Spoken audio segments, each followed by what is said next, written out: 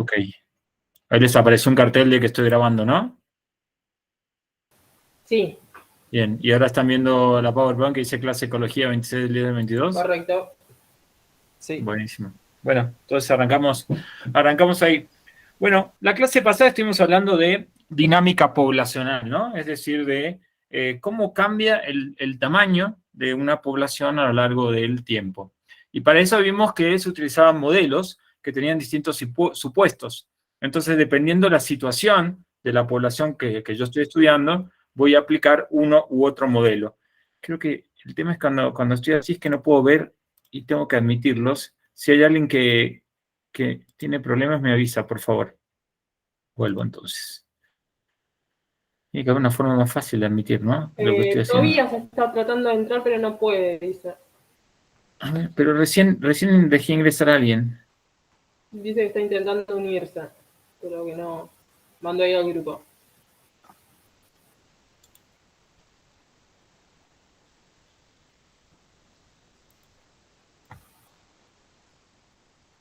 ¿Quiénes están? Agustina, Analía, Manuel, Nani y Sherry. ¿Y quién es? ¿Tobías? Y Tobías está ahí, ya entró. ¿Ya entró? Okay. Sí, sí. Ok. Buenas, ¿cómo andan? Hola, ¿qué tal? Entonces nos habían quedado pendientes 4 modelos de la clase pasada. Vamos a cubrirlos en la clase de hoy. Pero antes déjenme hacer un repaso. Como el modelo logístico lo habíamos visto la clase pasada. Dijimos que es un modelo que aplicábamos cuando los recursos son limitados. Es que es un modelo que, ahí tiene el micrófono encendido, que tiene en cuenta la competencia intraespecífica.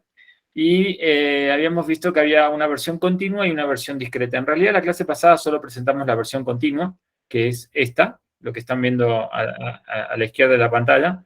Esta es la ecuación diferencial, ¿no? De la logística, y cuando la resuelvo, cuando integro esta ecuación, llegó esta, que es una ecuación que puedo yo utilizar reemplazando valores, ¿sí? Este es el modelo logístico continuo. Habíamos visto también en la clase pasada que la curva logística es de este tipo, ¿sí? Fíjense que este es un eje donde grafico en el eje vertical el tamaño de la población y en el eje horizontal el tiempo. Y lo que va ocurriendo es que a medida que avanza el tiempo, el tamaño de la población va aumentando, ¿sí? Va aumentando, hasta que en algún momento llega a algo que llamamos capacidad de carga, que es la máxima cantidad de individuos que soporta un ambiente determinado, que dijimos que era algo que dependía de la especie y dependía del ambiente, en general se quedó oscilando alrededor de ese valor, ¿sí? Esto es lo que ocurría. Y este gráfico muestra eso, y además les hace una aclaración de cómo va cambiando la tasa de crecimiento, la tasa de cambio de la población cuando voy avanzando, ¿no? en el tiempo. Entonces nosotros hemos visto que la tasa de cambio, el delta N, delta T máximo en una población, lo que sería la producción máxima, se daba cuando estábamos en capacidad de carga sobre 2, ¿sí? Que es este punto, en esta curva corresponde a este punto, ¿sí? En este punto tengo la máxima producción. Entonces, la tasa de crecimiento al principio es 0, después va incrementándose. Acuérdense que tiene que tener en cuenta qué pasa con la pendiente de esta curva, ¿no? La pendiente se va incrementando. En este punto la pendiente se hace máxima. Este es el punto de máxima producción. En la clase pasada vimos también modelos para explotar de manera sostenible una población, y vimos que este punto que está acá corresponde al punto máximo de la curva en U que habíamos visto en la clase pasada, ¿sí? Esa curva en U era la derivada de esta que estoy mostrando ahora.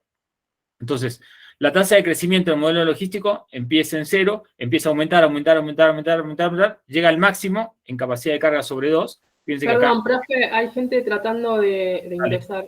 Sí, es que el tema es ese, que cuando pongo la pantalla completa no puedo ver qué está ocurriendo en el otro lado. A ver. Vamos a ver. Quiero admitir a todos. Me da la opción rechazar a todos o verlos, pero no admitir a todos. Ahí está, ahí admití. Bueno, vuelvo Sí, a... ahí justo decía había una opción que era admitir a todos. ¿Sí? Ah, Justo en ese cartelito ahí abajo. no lo vi, lo pasé rápido. Bueno, la tasa de crecimiento va aumentando, llega al máximo y después empieza a disminuir. Cuando pasa capacidad, esto es capacidad de carga sobre 2. Fíjense que si la capacidad de carga es esta línea roja, la distancia entre esta línea roja y el 0, la mitad es esta de capacidad de carga sobre 2. En este punto se da la tasa máxima de crecimiento. Delta N sobre delta T es máximo. Y después empieza a disminuir, disminuir, hasta que se hace 0 en la capacidad de carga. ¿Sí? En la capacidad de carga, la tasa de natalidad es igual a la tasa de mortalidad. Entonces, obviamente, como la tasa, el R0 era la tasa de natalidad menos la de mortalidad, ahí se vuelve 0. Bueno, hay alguien más que quiere entrar, vuelvo. Ahí se vuelve muy molesto esto. Ahí está. Bueno. Pero bueno, esto realmente es un repaso, porque la clase pasada lo vimos. Lo que no vimos es que hay una versión discreta de este modelo, por lo menos creo que no llegué a mostrarlo. Este es el modelo logístico, también tiene una versión discreta. Esta es la fórmula del modelo logístico discreto, esta que están viendo acá. El modelo logístico discreto tiene una particularidad que es muy interesante o que generó mucho interés en el mundo de la matemática, ¿no? Que es, la particularidad de este modelo es que dependiendo del valor de R, de la tasa de crecimiento intrínseca, el modelo o la población puede tener comportamientos muy diferentes, ¿no? Entonces dice, el modelo logístico discreto describe el crecimiento de una población que está limitado por una capacidad de carga, ¿no? Eso es la característica del modelo logístico en general. Cuando la población crece de manera discreta, que es este caso, como puede ser el caso de poblaciones de aves que nacen en la primavera, todos nacen en la primavera, la dinámica de la población puede exhibir oscilaciones caóticas bajo ciertas condiciones. Entonces dice, en este caso, en el caso de especies que tienen comportamiento o que siguen un modelo de crecimiento logístico discreto, como las aves, ¿sí? Que nacen específicamente en una época del año, todas juntas en primavera. En ese caso, puede que ese tipo de poblaciones tenga comportamientos extraños, ¿sí? Cuando yo aplico el modelo logístico en estas poblaciones, si la tasa de crecimiento de esa población está entre 0 y 1, dice que el modelo logístico predice que la población se va a acercar al equilibrio, en el equilibrio la población se va a acercar a la capacidad de carga, que es lo que sabíamos, es este gráfico, ¿no? Cuando R está entre 0 y 1, entonces fíjense que la población, este es el tiempo y esta es la población va aumentando, va aumentando, va aumentando, hasta que llega a capacidad de carga, oscila un poco y se queda ahí, en ese valor. Ahora, dice, de cualquier manera, si consideran valores de crecimiento más largos que 1, el modelo se comporta de maneras muy extrañas. Para ciertos valores de R, la solución del modelo logístico discreto es que la población excede a la capacidad de carga y empieza a hacer ciclos sobre dos valores, ¿sí? Como es este caso. Fíjense lo que pasó acá.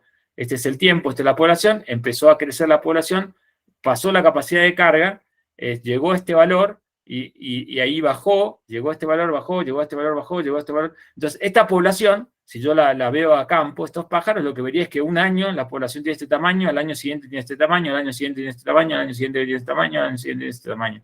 ¿Sí? Si es una población de aves que está creciendo con una tasa entre 0 y 1, no, voy a ver que relativamente la población siempre está alrededor de este valor, de la capacidad de carga. Y si es una población de aves que crece con una tasa, con un R aún mayor, puedo ver comportamientos caóticos. Es decir, voy un año y veo que la población de pájaros está en esta cantidad. Al año siguiente está acá, al año siguiente acá, al año siguiente acá. Como esta es una curva caótica, no tiene ningún patrón regular.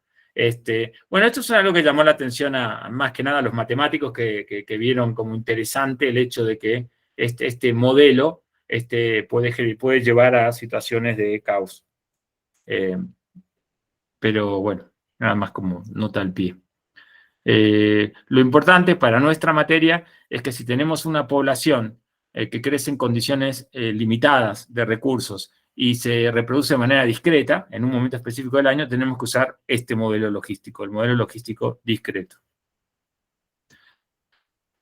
Ahora sí arrancamos con los modelos que teníamos para la clase de hoy.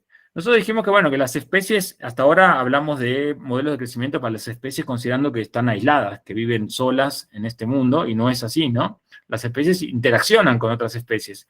Y un tipo de interacción muy importante que se da entre dos especies es la competencia interespecífica. No es el único tipo de interacción, hay también la competencia es un tipo de interacción menos, ¿no? Donde ambas especies se ven perjudicadas. Hay otros tipos de interacción, por ejemplo está la depredación, que es un tipo de interacción más-menos. Vamos a hablar un poquito más adelante también del modelo de Lotka-Volterra de depredación. Y hay otros tipos de interacción que puede ser, por ejemplo, la simbiosis, que es un tipo de interacción más, ¿sí? O el mutualismo, mejor dicho, es un tipo de interacción más, ¿sí? En ese caso, también hay modelos, no los vamos a ver en la materia, pero sepan que hay modelos que tienen en cuenta eso.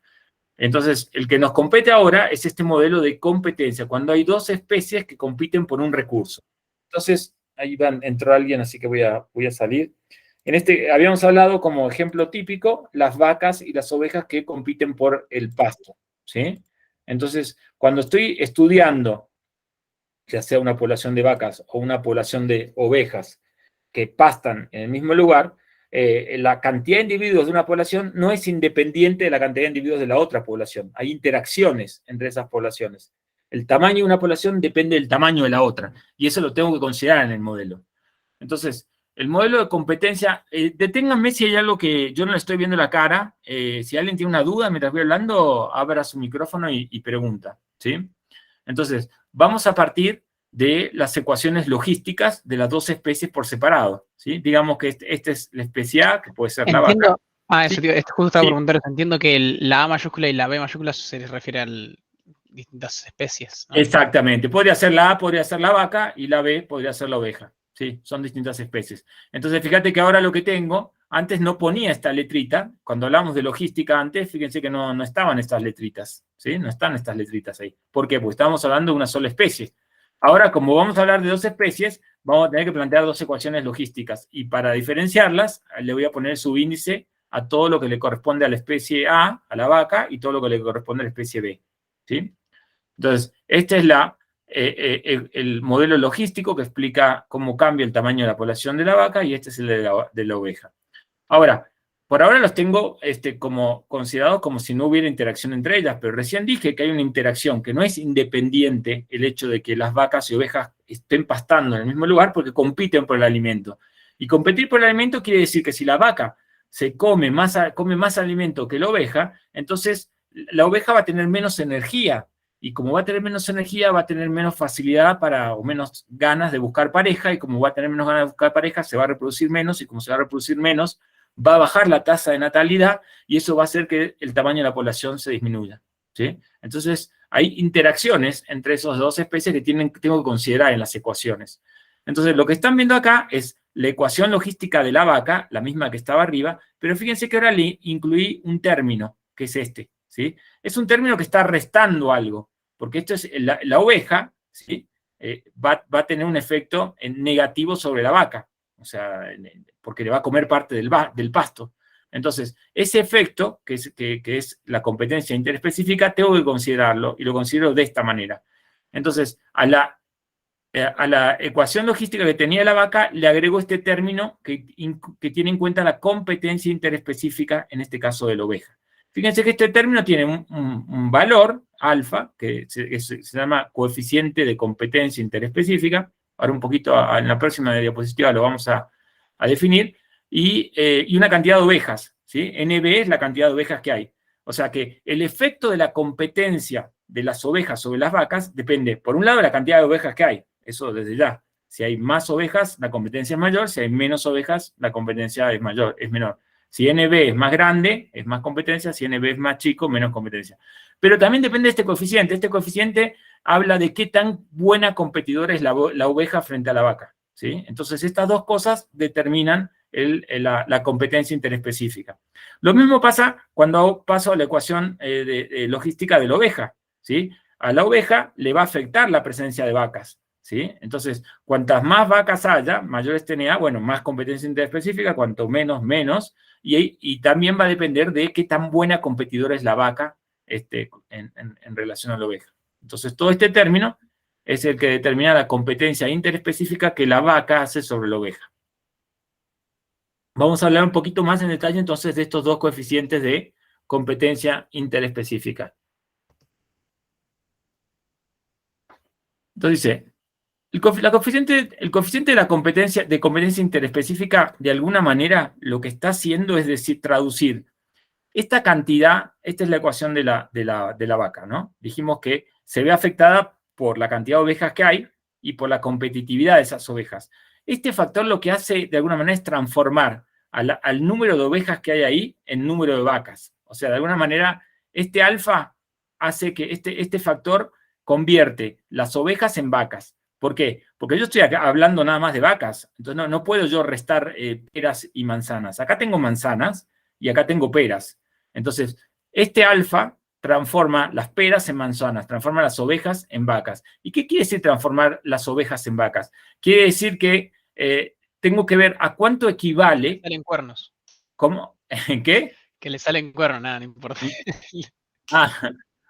No, tienen que pensar cuánto come una oveja en relación a cuánto come una vaca, ¿sí? Entonces, este coeficiente de competencia de alguna manera considera eso. Por ejemplo, si una vaca come 2 veces lo que come una oveja, entonces una oveja es igual a 1/2 de una vaca. Entonces, el coeficiente de sería 1/2, ¿sí? Vamos a ver si me siguen con estos dibujitos que hice acá. Dice, supongamos que esta es la especie A, la vaca, y esta es la especie B, la oveja. Dice, si alfa 1 es el coeficiente de competencia interespecífica, si alfa, el coeficiente de competencia interespecífica, es mayor que 1, el efecto negativo sobre el crecimiento de un individuo de la especie competidora es mayor que el de 1 de la propia especie. Entonces, si estoy en este caso, quiere decir que el efecto de la competencia de la vaca sobre la oveja es mayor que de la vaca sobre la vaca. ¿Y por qué es mayor el efecto de la competencia de la oveja sobre la población de la vaca sobre la población de ovejas? Vieron que les dije que el alfa de alguna manera tenía que ver con cuánto comía cada una. Bueno, fíjense que a la vaca le hice como 2 bocas, ¿sí? Eso quiere decir que la vaca come el doble que la oveja. Entonces, si yo pongo a competir en un potrero una vaca y una oveja, bueno, la vaca le va a ganar, ¿sí? Porque come mucho más que la oveja. Si pongo a competir una vaca con una vaca, bueno, las dos tienen dos bocas. Entonces, el efecto, en el caso de que cuando este coeficiente tiene un valor mayor que 1, el efecto de la competencia de un individuo de la vaca sobre otra vaca es menor que el efecto de la competencia de la vaca sobre una oveja. Cuando estoy en el caso contrario, cuando el alfa, el coeficiente de competencia, es menor que 1, el efecto sobre el crecimiento de un individuo de la especie competidora es menor que el de uno de la propia especie. ¿Por qué?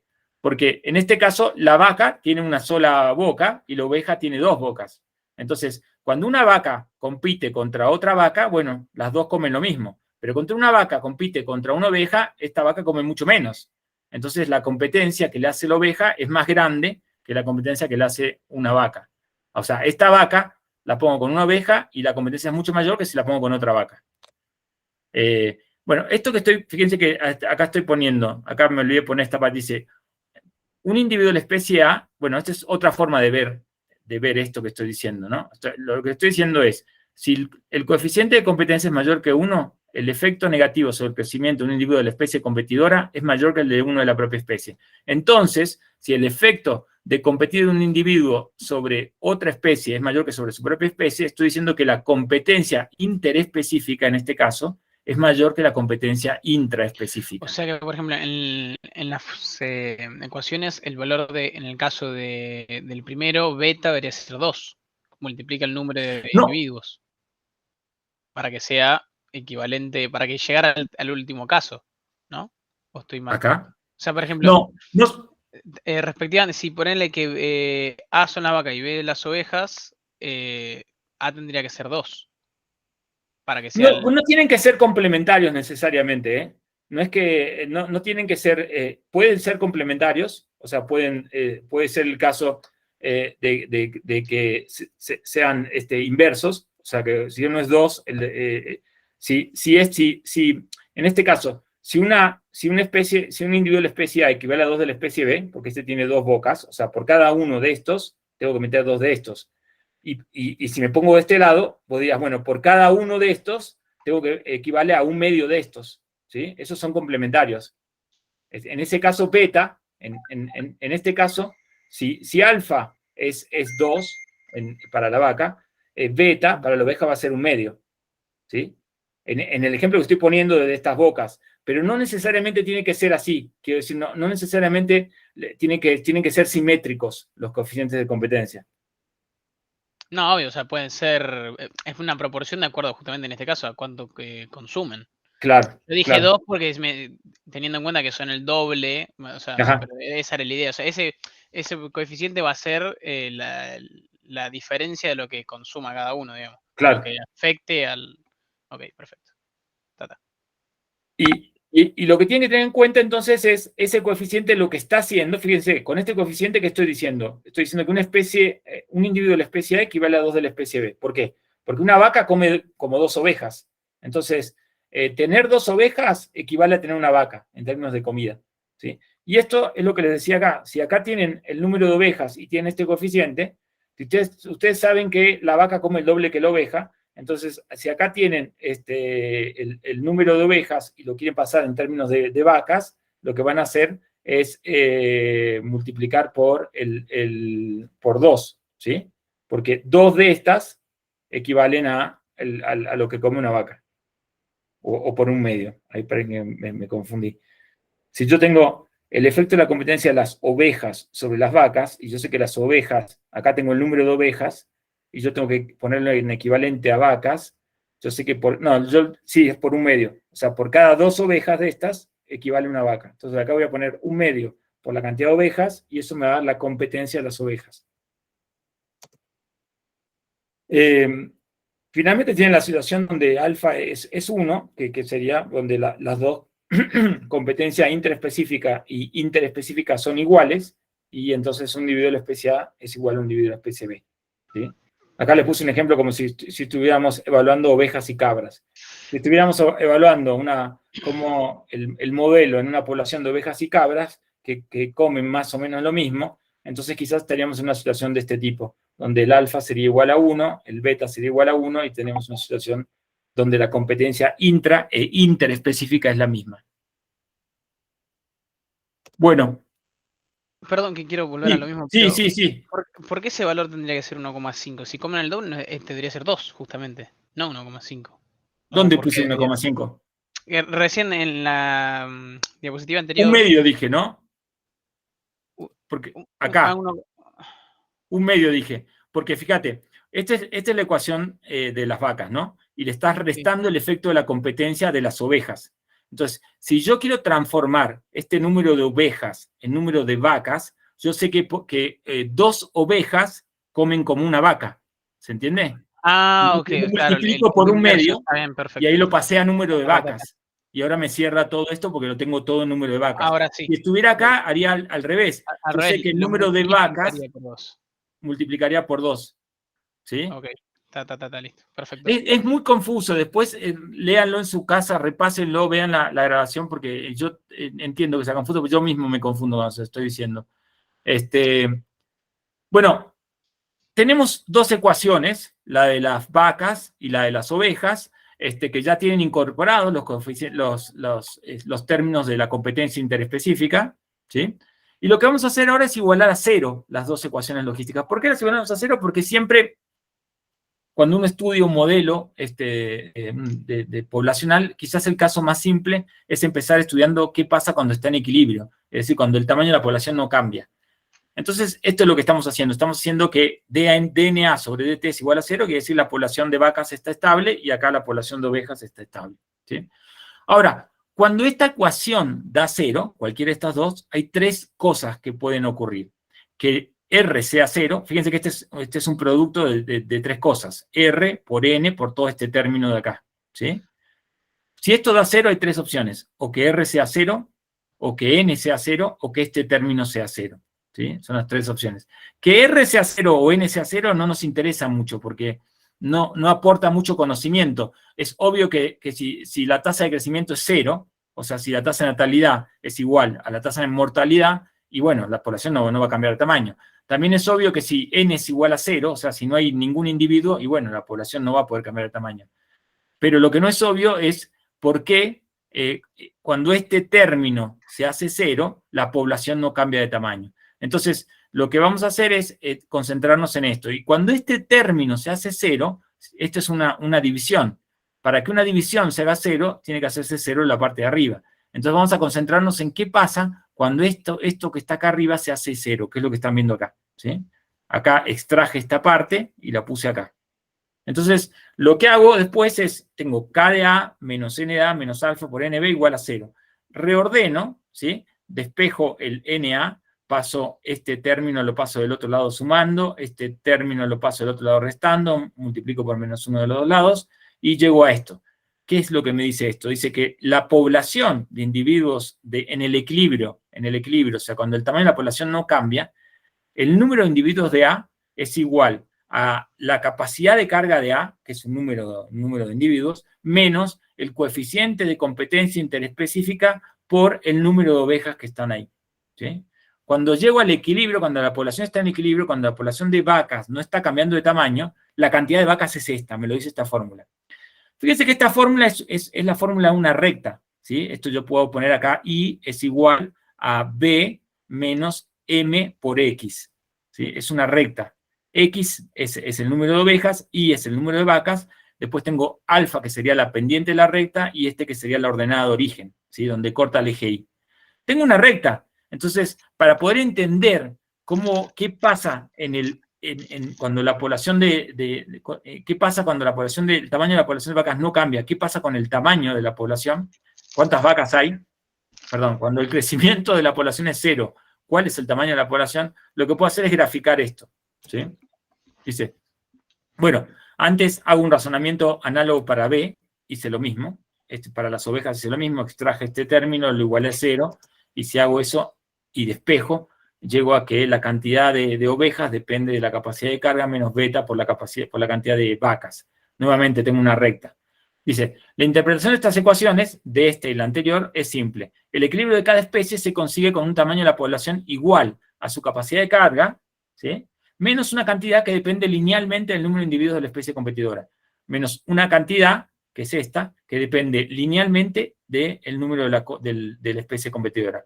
Obsérvense que cuando no existe la especie competidora, el tamaño de la población en el equilibrio coincide con la capacidad de carga, tal como predice el modelo logístico. Si no hay ovejas, si esto es 0, este término se me hace 0. Entonces, en el equilibrio, ¿cuántas ovejas voy? Si no hay vacas, estoy en la ecuación de las vacas, ¿no? Estoy en la ecuación de las ovejas. Este es el número de ovejas, es igual a la capacidad de carga de las ovejas menos el coeficiente por la cantidad de vacas. Entonces digo, si no hay vacas, NA es 0. Todo este término se me hace 0. Entonces, la población de ovejas, ¿a qué es igual? A la capacidad de carga del ambiente para las ovejas. ¿Qué es lo que dice la ecuación logística cuando no hay otra especie? ¿Sí? Si estuvieran creciendo solamente las ovejas, sabemos que cuando dNB sobre dt, o sea, con la tasa de cambio poblacional es 0, quiere decir que estoy en capacidad de carga. Aunque conocemos las condiciones de equilibrio para cada especie, todavía no hemos determinado cuál será el tamaño de las poblaciones A y B conjuntamente en el equilibrio. ¿Sí? Queremos saber qué pasa cuando sabemos cuándo está en equilibrio la especie de ovejas y cuándo las de vacas, pero no cuál es el tamaño de las poblaciones cuando ambas están en equilibrio, en caso de que exista dicho equilibrio. Como la ecuación de la especie A está en función de NB y de la especie B está en función de NA, la manera más sencilla de resolver el problema es analizar la situación gráficamente. Entonces, lo que vamos a hacer es vamos a utilizar algo que se llama el diagrama de fases, espacio de fases, perdón. Un espacio de fases es un gráfico que, a diferencia de los que hemos visto hasta ahora, que siempre tenían al tiempo abajo, antes teníamos al tiempo y acá al n, fíjense que este gráfico, el espacio de fases, tiene a NA, o sea, la cantidad de vacas en el eje horizontal, y el NB, o sea, la cantidad de ovejas en el eje vertical, ¿sí? Y acá lo mismo, está repetido cantidad de ovejas y cantidad de vacas. Esto se llama espacio de fase. Entonces vamos a intentar ubicar estas rectas que vimos antes, ¿sí? Esta recta y esta recta, ¿sí? Vamos a intentarlas ubicar en ese espacio de fase. Entonces dice, en el espacio de fase, las ecuaciones 8,5 y 8,6, que son las dos rectas que mostré antes, se las llama isoclinas de crecimiento neto cero. Esas rectas son, todos los puntos de esa recta representan situaciones en las que el tamaño poblacional de la especie de esa isoclina no cambia. Todos los puntos de esa recta son situaciones donde delta N, delta T de la vaca es 0, o en el caso de la isoclina de la oveja, delta N sobre delta T de la oveja es 0. Sobre cada una de estas isoclinas, el tamaño poblacional de la especie correspondiente se mantiene constante a lo largo del tiempo. Consideramos primero la isoclina de la especie A, ¿sí? Para trazarla, queremos trazarla acá, en este espacio de fases. Entonces, como es una recta, basta con tener 2 puntos. Entonces, fíjense, lo que tenemos que hacer es, si tenemos la ecuación, vamos a trazar esta, ¿sí? Necesitamos 2 puntos. Vamos a tomar un primer punto que es cuando no hay ovejas, cuando NB es 0. Cuando NB es 0, todo este término se hace 0. Y NA es igual a KA. O sea, la cantidad de vacas es igual a la capacidad de carga. Entonces, esto en el gráfico es lo que están viendo acá. Cuando NB, que es ovejas, es 0, la cantidad de vacas es capacidad de carga, que es esto que está marcado ahí. Es este punto el que acabo de marcar, ¿sí? Ahora vamos a marcar este otro punto y después vamos a unir las rectas. Ese otro punto a qué corresponde. Cuando NA vale 0, cuando no hay vacas, ¿cuánto vale NB? Tengo que despejar, ¿no? Entonces paso KA, la paso restando, menos alfa la paso dividiendo. Entonces me queda NB es igual a KA sobre alfa. Y esto es lo que están viendo acá en el gráfico, ¿no? Cuando las vacas son 0, la cantidad de ovejas es K, capacidad de carga de las vacas, sobre alfa. Es este punto que está acá. Una vez que tengo 2 puntos, como es una recta, los uno. Esto es lo que llamamos la isoclina de la vaca. En cualquiera de estos puntos, la cantidad de la tasa de crecimiento de las vacas es 0. ¿Sí? En cualquiera de estos puntos sobre esta recta. Fíjense que estos puntos sobre esta recta equivalen a una cantidad de vacas y una cantidad de ovejas, ¿sí? Este punto que está acá, me voy a parar acá en la recta, equivale más o menos a que hay 600 ovejas y más o menos debe haber 200 vacas, ¿sí? En ese punto, como está sobre la recta, el delta N, delta T de las vacas es igual a 0. Hago lo mismo que expliqué recién con la otra ecuación para obtener la isoclina de las ovejas, ¿sí? Que es esta. Esta es la isoclina de las ovejas. Nuevamente, en cualquier punto donde me pare sobre esta recta, la delta N, delta T de las ovejas va a ser igual a 0. ¿Sí? Por ejemplo, si me paro acá, estoy dentro de la recta, hay 300 vacas y habrá este valor, no sé cuánto es, esto sería, no sé, 100 ovejas. Cuando hay 100 ovejas y 300 vacas, la tasa de crecimiento de la población de ovejas es 0, porque estoy parado sobre la isoclina. Pero no es el único punto, en todos los puntos, en todos estos puntos. Entonces, hasta ahora logramos ubicar en el espacio de fases la isoclina de la vaca y la isoclina de la oveja. Ahora tenemos que preguntarnos, ¿qué pasa si los tamaños poblacionales de las vacas y de las ovejas, o sea, los puntos, si agarro un punto que estoy por afuera de esa isoclina? Por ejemplo, ¿qué pasa si estoy de este lado? ¿Qué pasa si estoy parado de este lado? ¿Sí? Fíjense, si estoy parado de este lado, quiere decir que en este punto la tasa de crecimiento de la población es 0. Estoy en capacidad de carga, ¿sí? Estoy en el punto si voy por arriba de la capacidad de carga, si tengo más individuos, o sea, si tengo más vacas, ¿qué va a pasar? Y la población va a tender a disminuir, porque este es el valor de equilibrio. Si tengo más vacas que el valor de equilibrio, la población va a tender a disminuir. Cualquier punto en el que me pare de la derecha de esta línea, la población de vacas va a tender a disminuir.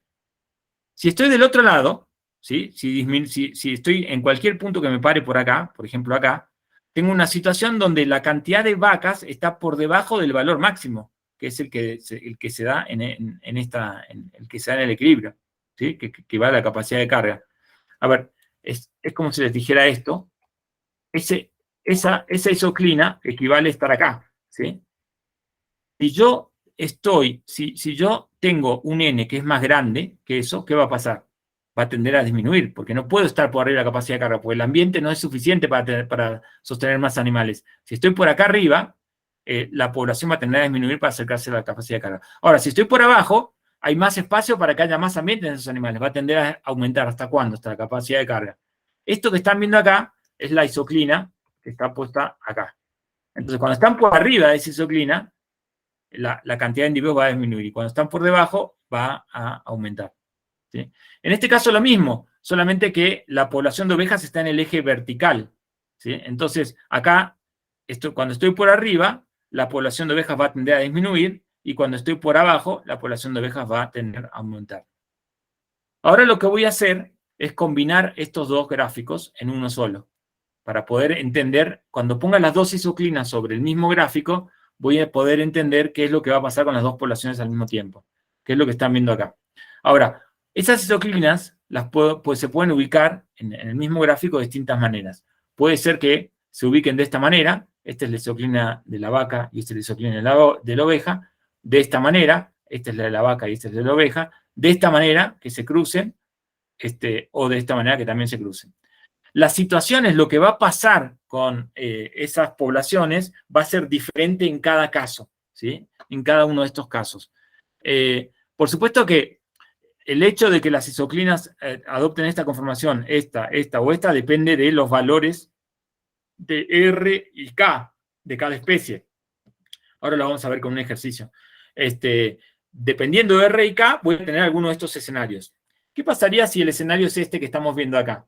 Fíjense, si tengo este escenario donde, por los valores de R, de K, de alfa y de beta también, perdón, si tengo este escenario, entonces, donde la isoclina de la vaca está acá y la isoclina de la oveja está acá, tengo que todas las situaciones, no importa la cantidad de dónde inicie en el gráfico, dónde inicie quiere decir, no importa cuántas ovejas y vacas haya en algún momento, siempre voy a llegar a que se va a extinguir la población de ovejas y se va a quedar solo la población de vacas. ¿En qué valor? ¿En qué cantidad? En la capacidad de carga de las vacas. Porque si las vacas están solas, la máxima cantidad que pueden tener en un ambiente es la capacidad de carga.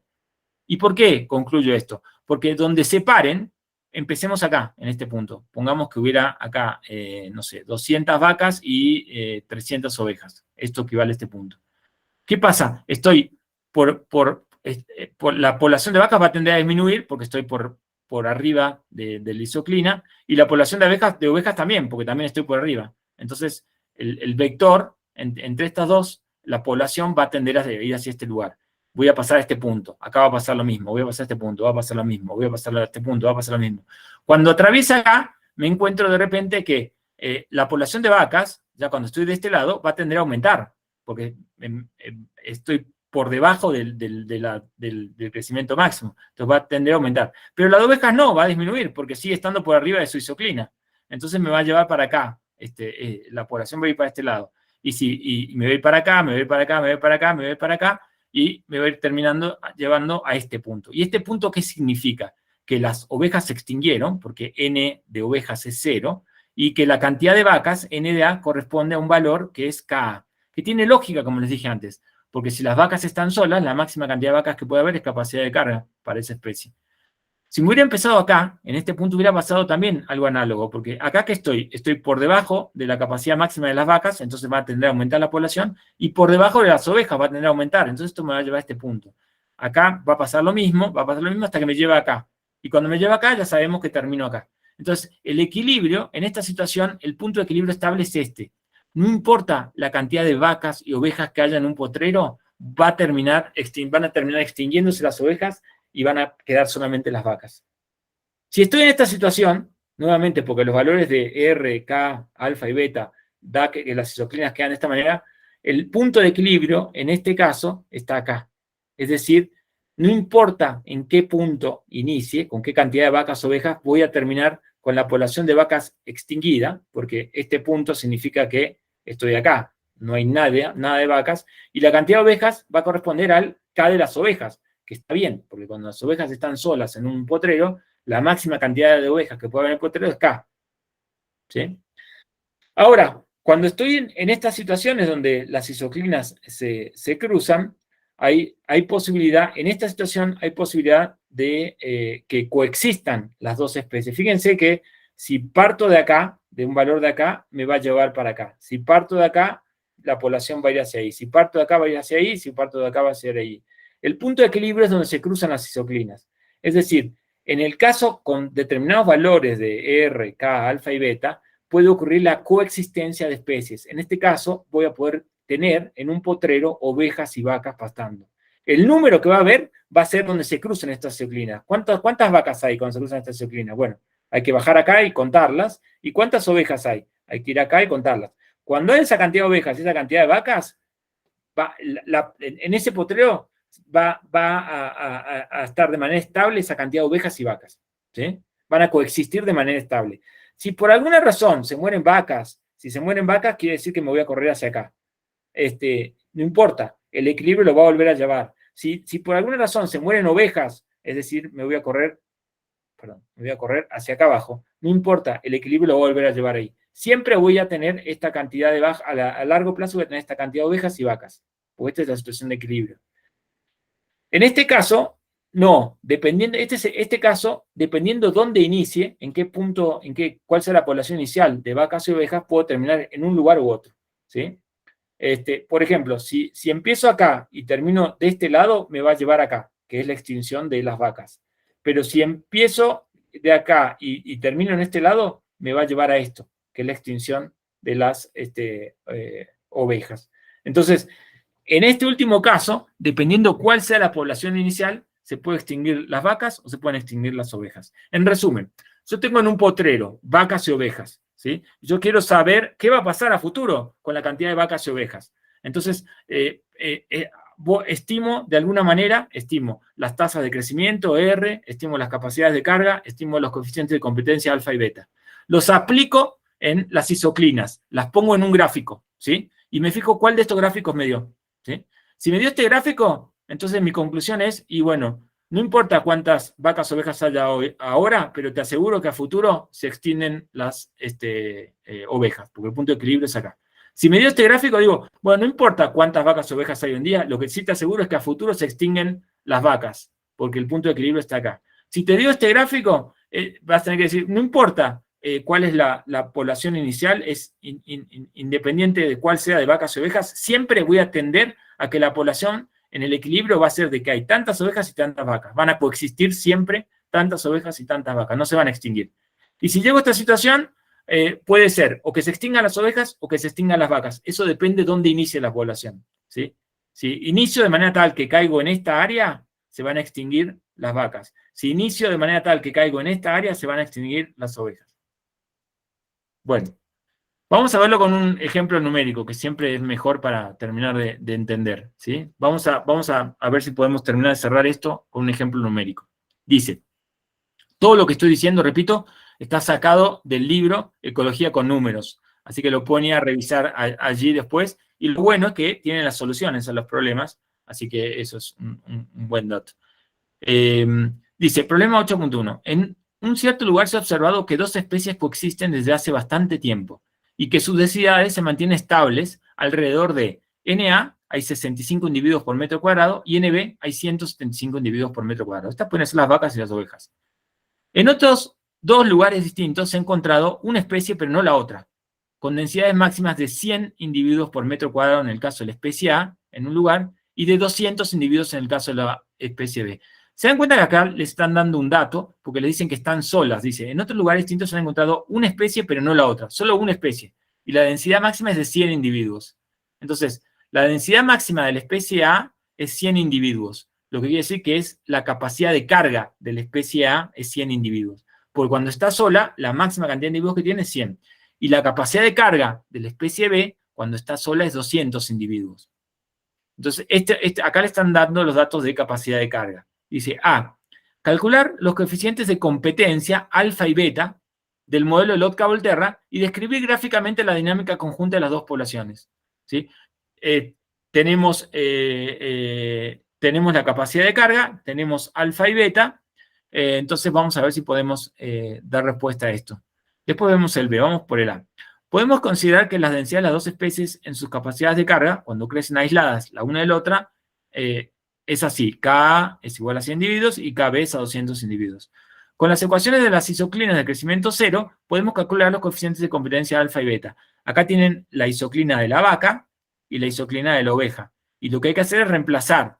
Tengo el dato de la capacidad de carga, que es 100, y tengo el alfa, lo que quiero averiguar, y tengo el NB, que es la cantidad de ovejas, que es 175, ¿sí? NB son 175, Ka es la capacidad de carga de las vacas es 100, entonces tengo 100 menos alfa por 175 es igual a 65, porque hay 65 ovejas, hay 65 vacas, ¿sí? Entonces, ahora puedo, como tengo todos estos valores, solo me resta despejar el alfa. Y si despejo el alfa, llego a esto, 0,20. Hago lo mismo con la especie de ovejas y llego a estimar el beta. Este es el alfa, este es el beta. Y ahora tengo todos los datos para poder hacer la isoclina. Entonces, vamos a planteo las isoclinas sobre el diagrama de fase. El diagrama de fase, acuérdense, en el eje horizontal tengo NDA, la cantidad de individuos de las vacas, y en el eje vertical las ovejas. Y lo que voy a hacer es, voy a plantear la isoclina de las vacas y la isoclina de las ovejas, ¿sí? ¿Cómo la voy a plantear? Y bueno, porque tengo dijimos que podíamos hacer, una vez que tengo una recta, tengo este valor de alfa, ya lo saqué, entonces digo, ¿qué pasa cuando n de a es igual a 0? Cuando n de a es igual a 0, estoy parado acá. Cuando n de a es igual a 0, sé que n de b, dijimos que era k sobre alfa. Entonces, yo sé que k de a es 100, y sé que alfa es 0,20, entonces 100 sobre 0,20 me da este valor que está acá, 500. ¿Sí? Hacen lo mismo, pero haciendo 0 el otro, y les da este otro punto de acá, y ahora las unen. Y hacen lo mismo con la de la oveja. Entonces tienen la isoclina de la vaca, de la especie A, y la isoclina de la oveja, de la especie B. Se cruzan, es un caso donde se cruzan. Entonces, como se cruzan, tengo que plantear, y esta es la situación inicial, y fíjense que estoy en un caso, en el caso 3 que mostré antes, ¿no? Estoy en este caso.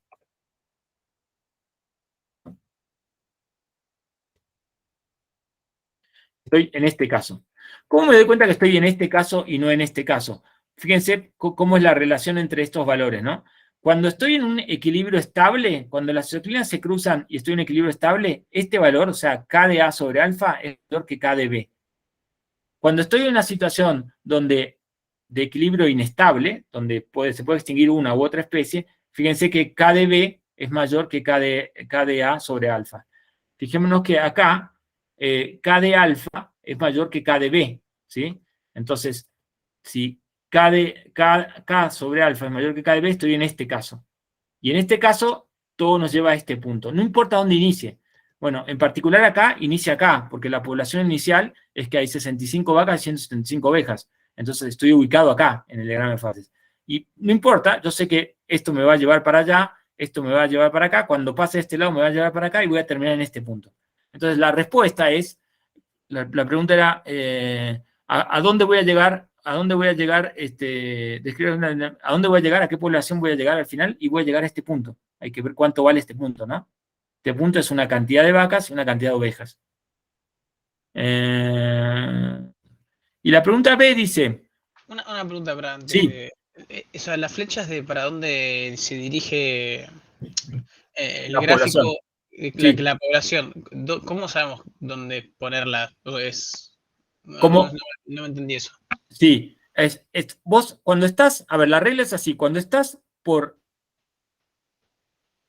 arriba de la capacidad de carga, ¿qué pasa con la población? Tiende a disminuir.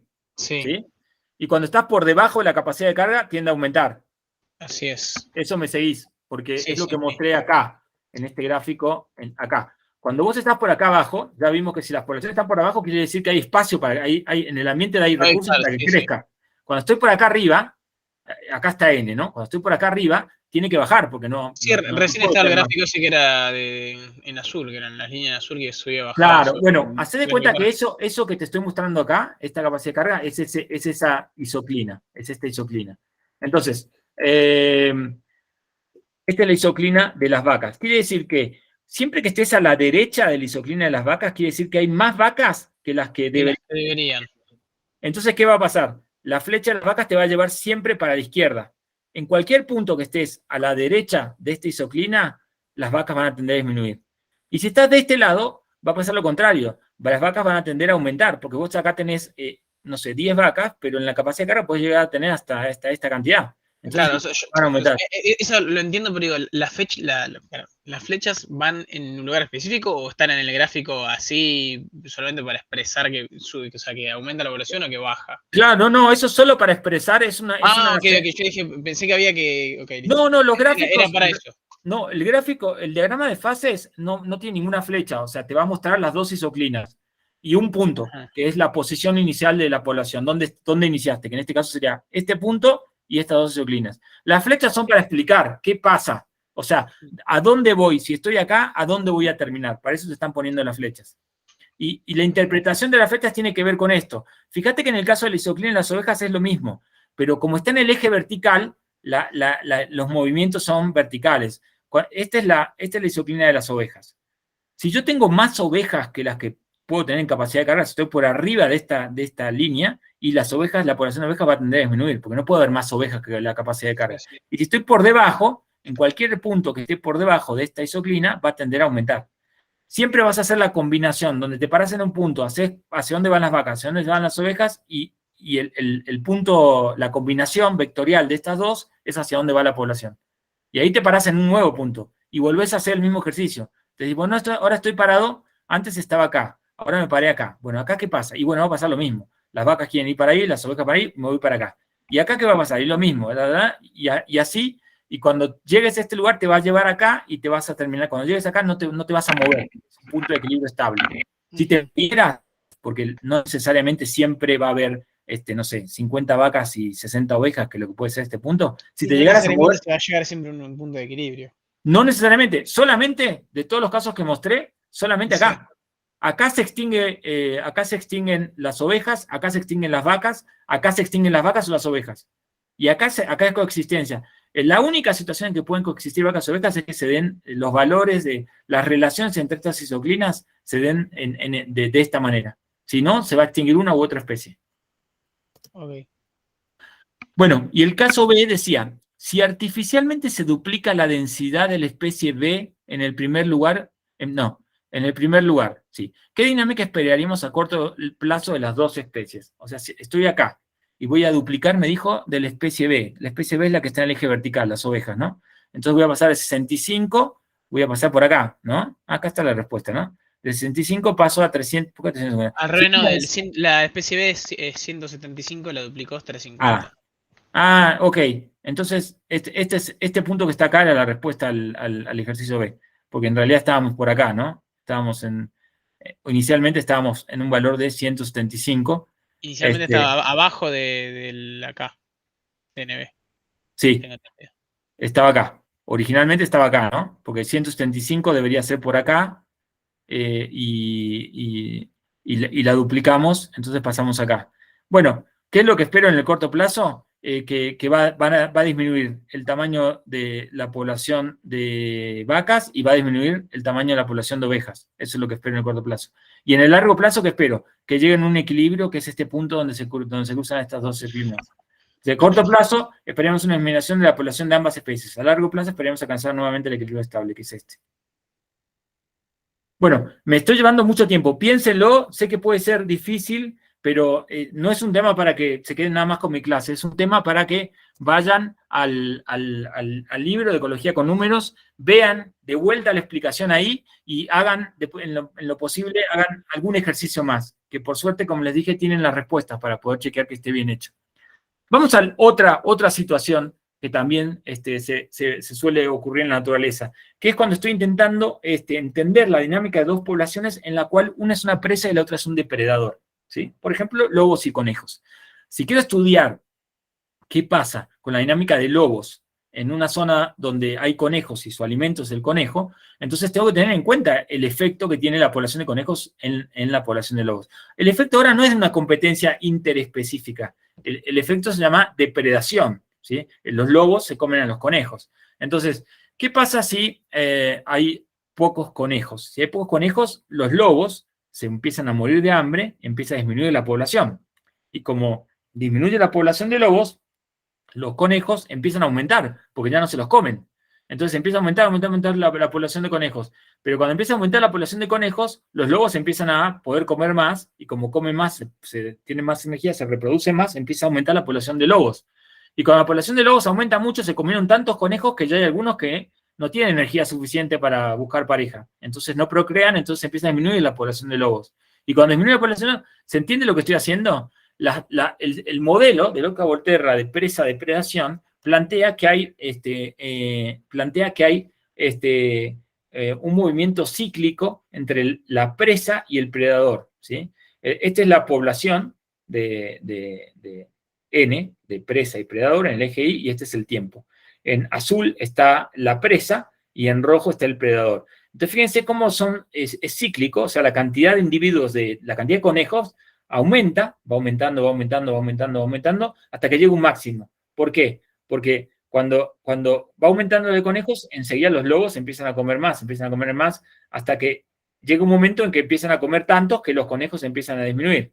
Entonces, como empiezan a disminuir los conejos, los lobos también empiezan a padecer hambre, se reproduce menos, empiezan a bajar los lobos. Cuando los lobos bajan, los conejos, ahora nadie se los come, se pueden reproducir, empiezan a aumentar, bueno. Y esto es el tipo de comportamiento que esperamos ver en este modelo de Lotka-Volterra de presa-depredador. La ecuación, el modelo Lotka-Volterra parte de suponer que los depredadores tienen un crecimiento exponencial. Dice, las presas, perdón, NB, el B es de presa, ¿no? Esta es la ecuación exponencial que vimos en la clase pasada. El cambio de individuos a lo largo en un tiempo es igual a la tasa de crecimiento intrínseco por el N0, la cantidad de individuos que había al inicio de una población. El B que le pongo es porque me refiero a las presas, ¿sí? Identifico esta como una presa. Entonces, supongamos que en ausencia de predadores, si están los conejos solos, la población de conejos crece exponencialmente, porque hay recursos ilimitados. Se puede plantear Lotka-Volterra con la ecuación logística, pero es más complicado.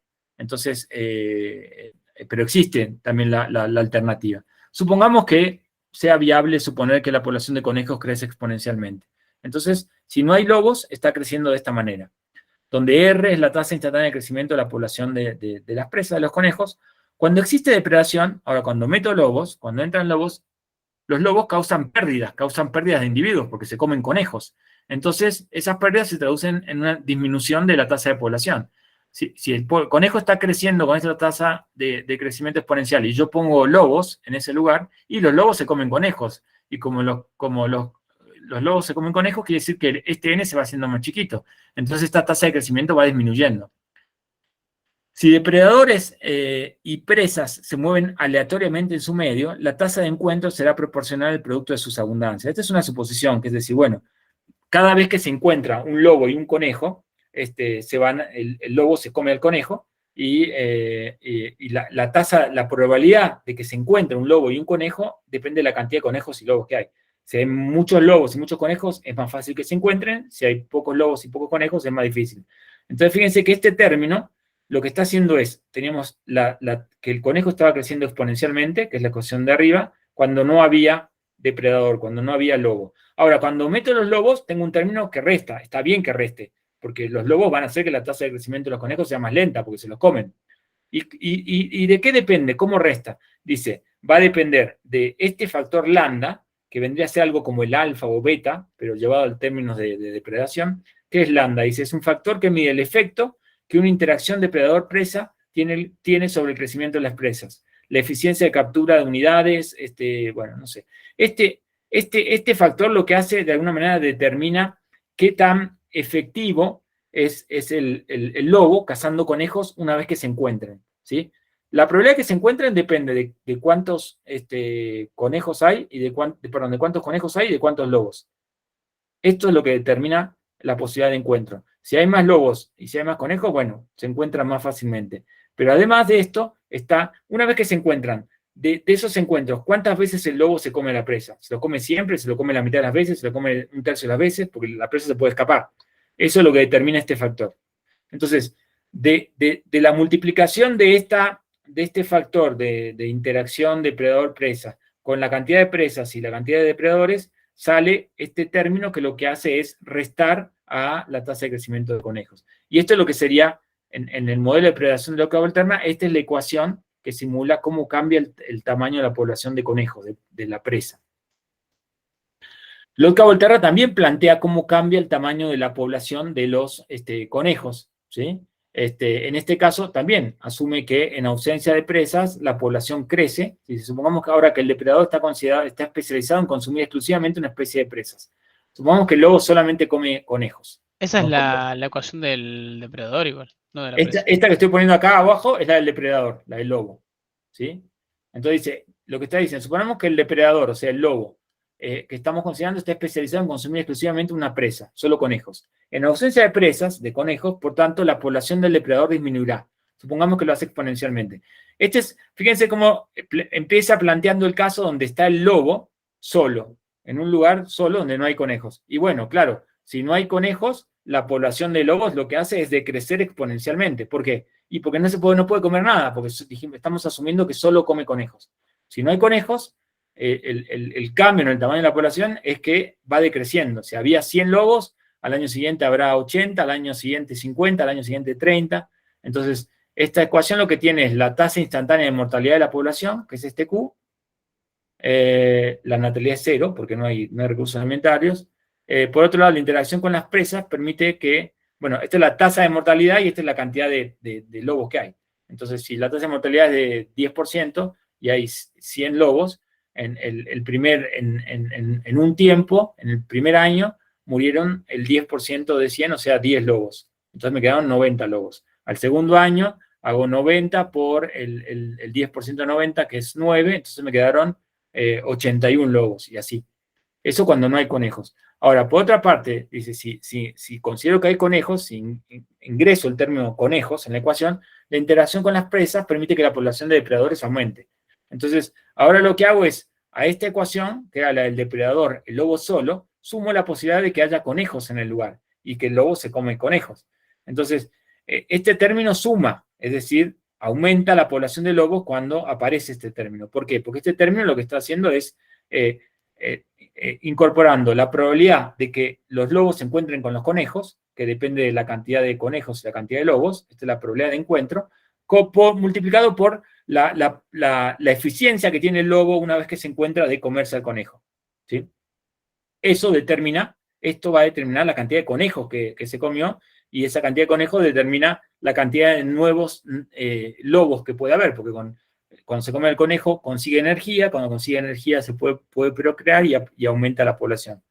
Entonces, este factor mide el incremento que una interacción depredador-presa supone sobre el crecimiento de los depredadores. Esto lo expliqué mal. Esta no es la tasa no es que... Esto lo que explica es cuánto de la energía, o sea, de lo que se...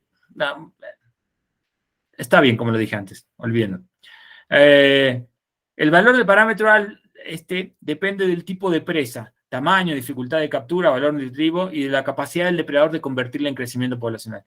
Este factor, como les dije, esto determina la posibilidad de que se encuentren lobo y conejo, y esto de que el conejo lo pueda capturar, que no se le escape, y que lo pueda comer íntegramente, y que con esa energía pueda utilizarla para procrear y generar nuevos lobos.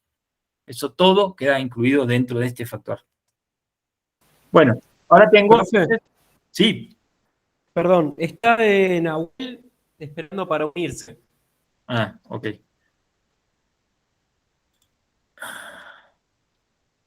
Ahí está. Voy a tener que la próxima clase hacer algo con eso. Yo entendí que había puesto que todos entraban directamente, no sé por qué tengo que admitirlos. Hice algo mal, pero no era mi idea. Bueno, Si ustedes hacen un ejercicio que no vamos a hacer acá, que es igualar a cero esta ecuación y igualar a cero esta ecuación, nuevamente van a conseguir isoclinas, ¿sí? Es una isoclina del predador y una isoclina de la presa, ¿sí?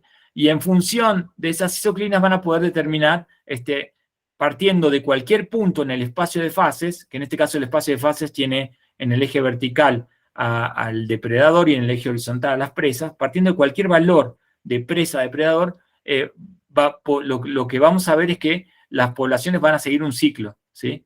Que es lo que estaba explicando acá. O sea, cuando va a aumentar la población de conejos, y acá va a disminuir la población de lobos cuando estoy en este punto. Entonces voy a venir hacia acá, voy a venir hacia acá, voy a venir acá. Cuando pase esta isoclina de acá abajo, de este lado, va a aumentar la población de conejos, pero también va a aumentar la población de lobos. Entonces voy a venir hacia acá, voy hacia acá. Cuando pase esta isoclina, va a aumentar la población de lobos, pero va a disminuir la de conejos. Entonces me va a llevar para acá. Y cuando pase esta isoclina, va a disminuir la población de conejos y va a disminuir la población de lobos. Me va a llevar para acá y va a volver, ¿sí? Entonces va a tener un comportamiento cíclico, que es lo que ustedes ven acá, ¿sí? Ustedes ven que la población de presas aumenta, después disminuye, aumenta, disminuye, y lo mismo pasa con el predador. Bueno, no voy a entrar en detalles ni voy a poner ningún problema, pero el análisis es similar a lo que hemos hecho acá, ¿sí? A esto que hemos hecho acá. Si les interesa, lo pueden profundizar en el libro, pero es un análisis similar. Bueno, ¿vamos bien? Quedan 2 modelos. Es densa la clase de hoy, lo sé. Pero bueno, es así, es un tema que es denso, pero me parece que es interesante, que les va a servir y que, bueno, no es la única vez que lo vamos a ver, vamos a hacer en la clase de repaso, vamos a volver sobre algunos de estos temas y vamos a intentar reforzarlos. Pero sí les pido que intenten por su cuenta leer ese librito de ecología con números que está muy claro y que tiene, sobre todo lo mejor es que tiene números. Para mí lo mejor para entender los problemas es hacerlo con números, ¿sí? Es la mejor manera de poder entender lo que está ocurriendo. Vamos a cambiar, nos quedan 2 modelos de ver en la clase de hoy. El modelo de metapoblaciones y el modelo de estructura de edades, modelo de Leslie de estructura de edades.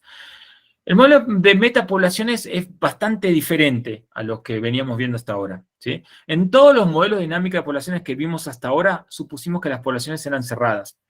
Esta es la primera vez que vamos a empezar a considerar que la inmigración y la emigración tienen importancia para estudiar la dinámica de una población, ¿sí? Antes no le dimos bola a esto. Supusimos que era despreciable, que las poblaciones no intercambiaban individuos con otras poblaciones. Ahora no, vamos a dejar de suponer eso en el modelo de metapoblaciones. Dice, sin embargo, las poblaciones reales no se encuentran normalmente aisladas las unas de las otras, sino que existe un flujo de individuos entre ellas, ¿sí? Acá tienen un grafiquito, esta es una población, no sé si son ranas o qué será, que intercambian, son toda la misma especie, pero hay parches, hay hábitats o parches diferentes. Entonces, acá viven algunos individuos en una población, acá vienen otros individuos en otra población, acá en otra población, toda la misma especie. Se pueden cruzar, reproducir y dejar descendencia fértil. Pero viven en parches diferentes. Y intercambian entre ellos. Hay individuos de acá que pasan para acá, individuos de acá que pasan para acá, individuos de acá que pasan para acá, individuos... Bueno, si estoy en una situación de este tipo, estoy en la situación que tengo que usar un modelo de metapoblaciones. Fíjense algo muy importante. En este modelo... bueno, es un modelo que una metapoblación ya habíamos definido lo que era. En esta población la unidad de medida, lo que estoy estudiando no es el individuo, sino lo que voy a estudiar es el número de parches. Lo que interesa con un modelo metapoblacional es entender si una población persiste en un lugar en función del número de parches que tiene esa población. Si los parches desaparecen, bueno, la población desapareció. En cada parche hay individuos. Pero a mí lo que me interesa no es la cantidad de individuos, es la cantidad de parches. Entonces dice, la dinámica de estas metapoblaciones, entendiendo como tal la variación a lo largo del tiempo de la proporción de poblaciones locales que permanecen ocupadas, la proporción de parches que aparecen ocupados. Aunque las poblaciones locales se pueden extinguir, aunque algunos de estos parches pueden quedarse sin ranas, el conjunto de la metapoblación persistirá siempre que se mantenga por lo menos uno de ellas. siempre que haya al menos un parche con individuos, esos individuos pueden colonizar nuevos parches y formar nuevas poblaciones y persistir. Es importante notar que el estudio de las metapoblaciones implica un cambio cualitativo en el enfoque, ya que la unidad de estudio se desplaza del individuo a la población, ¿sí? Ya no estoy estudiando la cantidad de individuos, sino la cantidad de parches en este modelo. Entonces, lo que le interesa a este modelo es determinar la probabilidad de persistencia regional en un conjunto de n manchas, entendidos como fragmentos de hábitat potencialmente ocupables. Lo que le interesa a este modelo es determinar si una especie va a persistir en una región en función de la cantidad de manchas, hábitats, parches que están en ese lugar. Entonces, este modelo plantea que esta probabilidad de persistencia regional de una especie, PN, depende de, la probabilidad de persistencia regional de una especie depende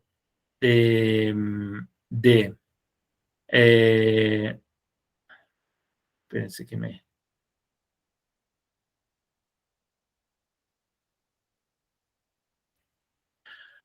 La probabilidad de persistencia regional de una especie depende de la...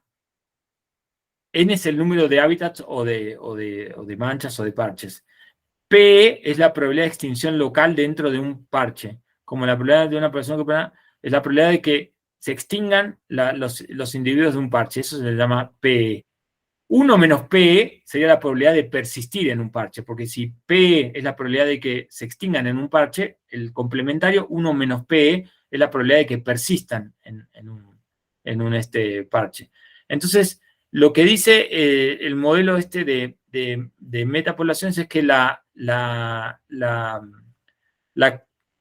probabilidad, la cantidad de parches la cantidad de parches en los que persiste una población a nivel regional, la cantidad de parches en los que persiste una población a nivel regional, depende de esta probabilidad de persistencia elevada a la cantidad de parches que hay en el lugar.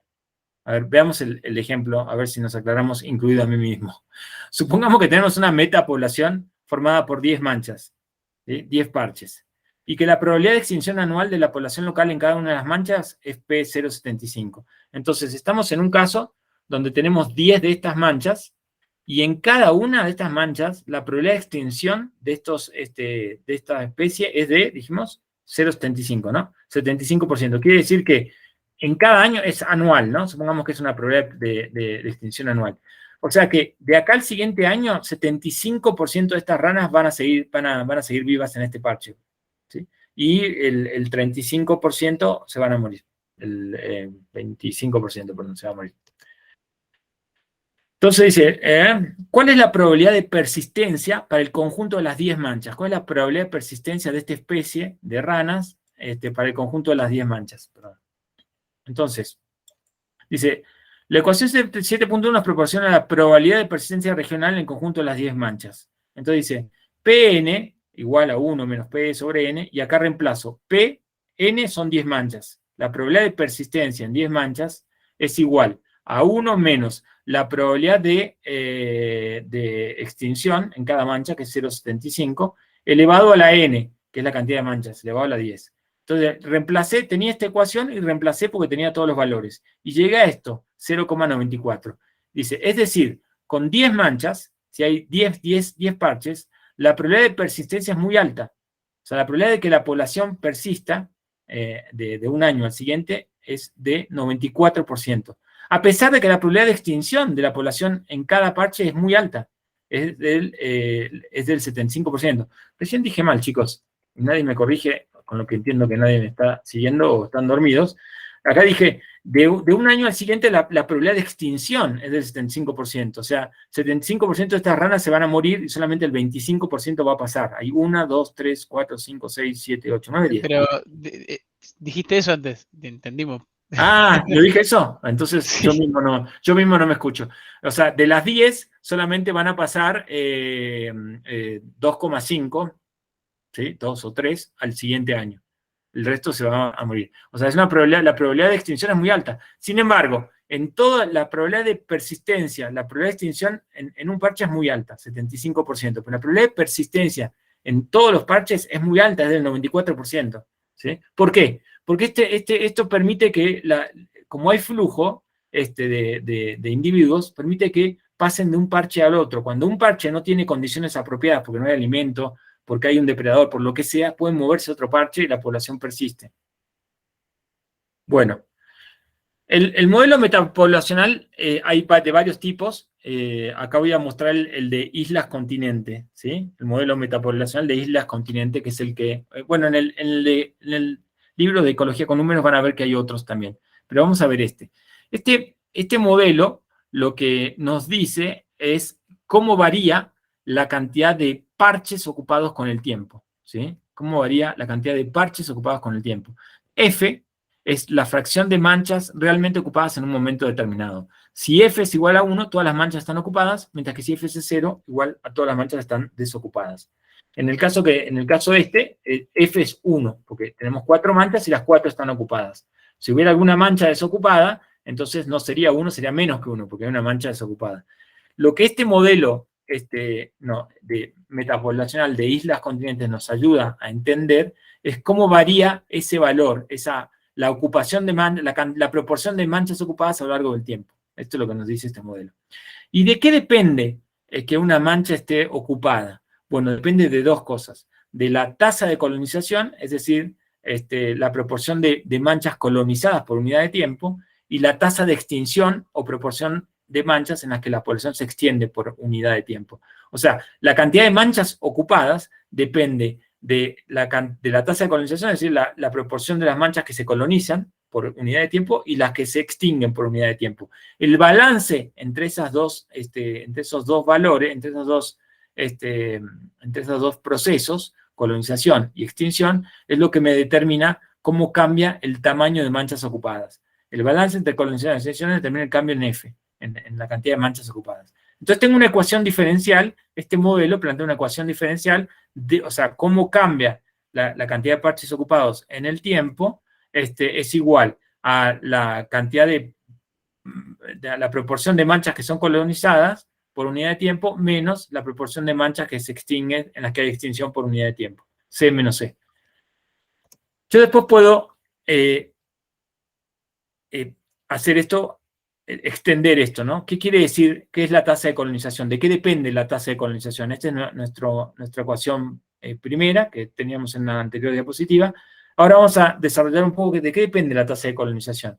La tasa de colonización depende de la probabilidad de colonización local por el número de parches que quedan libres. O sea, depende de qué tan fácil es moverse de un parche a otro, cuál es la probabilidad de colonizar otro parche, y la cantidad de parches que hay disponibles. Porque el parche tiene que poder estar libre para que pueda ser colonizado. La tasa de extinción, por otro lado, depende de la probabilidad de extinción local por la fracción de manchas ocupadas, porque no hay, la probabilidad de extinción, solamente puede haber extinción donde hay individuos. Si la mancha está desocupada, no puede haber extinción porque no hay nadie. Entonces, la tasa de extinción depende de la cantidad de manchas ocupadas por la probabilidad de extinción, o sea, cuántas de esas manchas se van a extinguir. Y la tasa de colonización depende de la cantidad de manchas libres por la probabilidad de colonizarlas. Bueno, si reemplazo este valor y este valor en la ecuación original, llego a esto que estamos viendo acá abajo, ¿sí? Como siempre, me puedo plantear la solución de equilibrio, es decir, la solución en la cual la cantidad de parches ocupados a lo largo del tiempo no cambia. ¿Eso cuándo ocurre? Cuando esto es igual a 0.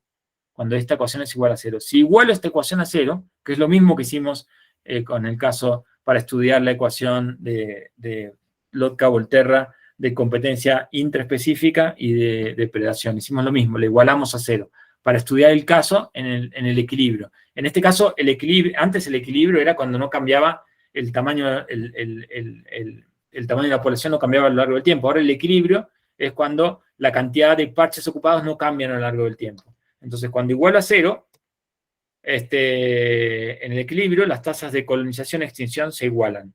para obtener la fracción de sitios ocupados en el equilibrio, igual a la ecuación de arriba y despejo F. Entonces, en el equilibrio igualé a 0, y ahora lo que voy a hacer es despejar, cuando igual a 0, despejo F. Y si despejan F, llegan a este. Dice que, ¿qué es lo que dice esto? Que la cantidad de parches ocupados en una población es igual a la probabilidad de colonización dividido la probabilidad de extinción más la probabilidad de colonización. Entonces, esto es lo que plantea este modelo de metapoblaciones de islas continentes. Veamos un ejemplo numérico para bajarlo a tierra. Dice, una metapoblación de un insecto acuático está constituido por las poblaciones de la orilla de un lago de gran tamaño y por las de multitud de pequeñas charcas cercanas al lago y de características bastante homogéneas entre sí. O sea, el insecto está en un lago y en un montón de charcos que rodean al lago, que serían parches. En esta situación, la probabilidad de colonización de una charca desocupada se puede considerar constante, es 0,4 por año. Por otra parte, se ha visto que la probabilidad de que una charca ocupada deje de estarlo al año siguiente es de 10%, y no varía apreciablemente con el tiempo. Esta sería la tasa de extinción y esta sería la tasa de colonización. Actualmente, este insecto se encuentra en un 70% de las charcas, ¿sí? Entonces, este sería el F inicial, ¿no? Está ahí 70, la proporción inicial es que hay 70 charcas ocupadas. ¿Cómo variará dicho porcentaje en el futuro si las condiciones se mantienen estables? ¿Sí?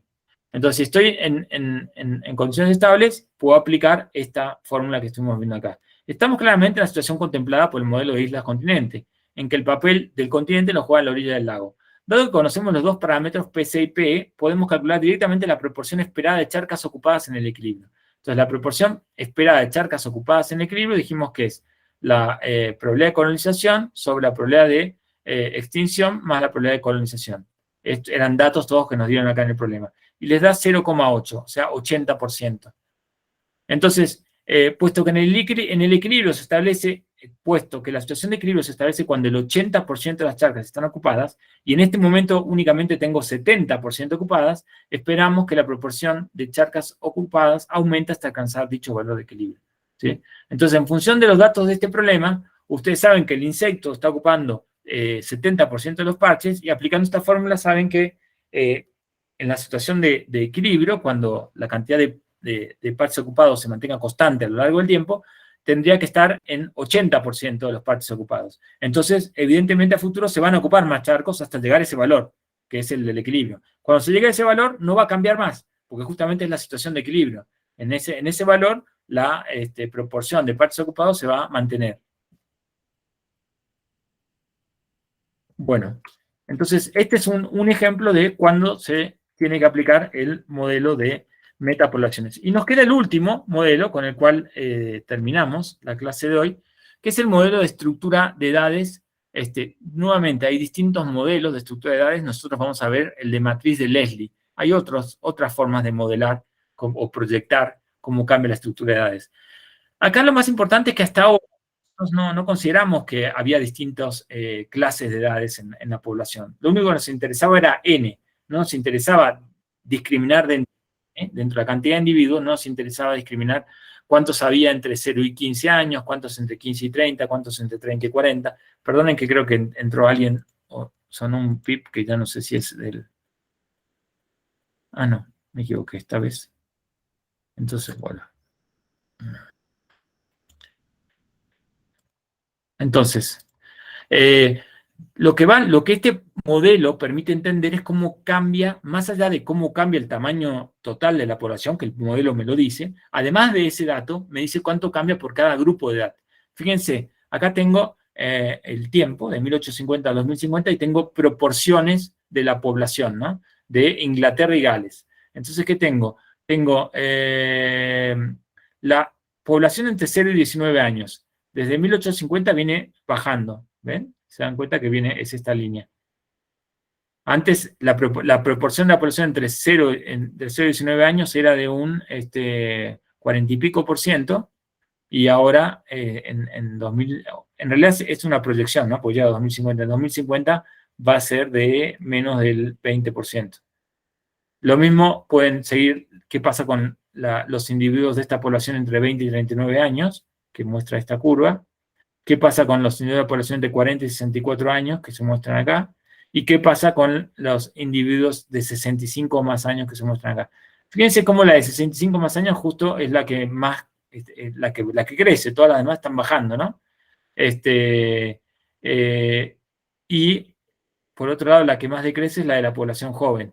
Entonces, lo que estamos viendo acá es un proceso de envejecimiento, que yo se lo comenté en las clases, cuando hablamos de las pirámides poblacionales, les dije que los países desarrollados, como es el caso de Inglaterra, tienden a tener poblaciones envejecidas, pirámides poblacionales que tienen muchos individuos en las partes más altas, o sea, muchos ancianos, en relación a los jóvenes. Y ese es un problema grande para los países, porque los jóvenes son los que con su trabajo, cuando es registrado, hacen aportes para mantener las jubilaciones de estos. Y si estos son muchos, estos que están acá, con sus aportes no alcanzan a pagar esta jubilación. Entonces hay todo un problema a nivel global vinculado con eso. Pero bueno, este es solo para decir, este tipo de cosas las podemos estudiar con este tipo de modelos.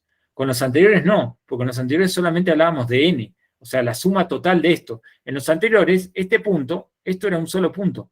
O sea, la suma de la cantidad de individuos entre 0 y 19, más la cantidad de individuos entre 20 y 39, más la cantidad de individuos entre 40 y 64, más la cantidad de individuos de más de 65, eran un número de individuos, que eran, no sé, 1000, que es lo que yo consideraba para los modelos anteriores. No consideraba esta discriminación.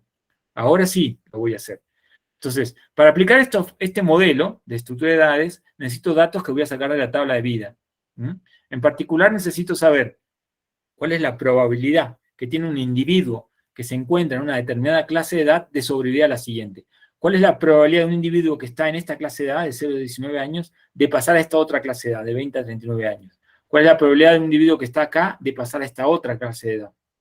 Y lo otro que necesito es saber el número de nacimientos por hembra en cada clase de edad. ¿Cuál es el número de nacimientos por hembra en individuos que tienen entre 0 y 19 años? ¿Cuál es el número de nacimientos por hembra entre individuos que tienen entre 20 y 39? ¿Cuál es el número de nacimientos por hembra entre individuos que tienen entre 40 y 64 años? Esos son datos que normalmente están en la tabla de vida. Acá tengo una tabla de vida. Acá tengo un número de individuos, ¿sí? Este es para la clase de edad sería, no sé, esta es la primera clase de edad, la segunda clase de edad, la tercera y la cuarta. No puse valores, podrían ser una clase de edad entre 0 y 10, entre 10 y 20, entre 20 y 30, y entre 30 y 40. Cada una de las filas es una clase de edad. En la primera clase de edad, o sea, los nacimientos, hay 100 individuos, ¿sí? Y yo en la segunda hay 10, en la tercera hay 8, en la cuarta hay 5, ¿no? En cada clase de edad hay individuos de esta clase de edad que no pasaron a esta, claramente, ¿sí? Que se murieron en el medio. Hay individuos de esta clase de edad que no pasaron a esta porque también se murieron en el medio, y individuos de esta clase de edad que no pasaron a esta porque se murieron. Además, en cada clase de edad en este caso, bueno, la clase de edad más joven no tiene fertilidad, o sea, no hay hembras que den lugar a nacimientos. Recién en la clase de edad 2, por cada hembra hay 5 nacimientos, o 10 nacimientos en esta clase de edad y 10 nacimientos en esta clase de edad. Entonces, estos datos, este dato de nacimientos por cada clase de edad lo saco de una tabla de vida, y el otro dato que voy a necesitar es que es la probabilidad de que un individuo que está en esta clase de edad pase a la clase siguiente, ¿sí? Es PI. Y esa probabilidad se calcula como algo que normalmente teníamos en la tabla de vida, que es la probabilidad de supervivencia, que es, ¿cómo se sacaba? Se sacaba siempre dividiendo la cantidad de individuos de una clase I sobre la cantidad de individuos de la clase I0, ¿sí? De la clase inicial.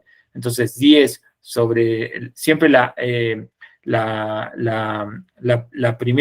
primer valor es 1, porque es 100 sobre 100, después sería 10 sobre 100, este es el valor, después sería 8 sobre 100, ese es el valor, y este es 5 sobre 100.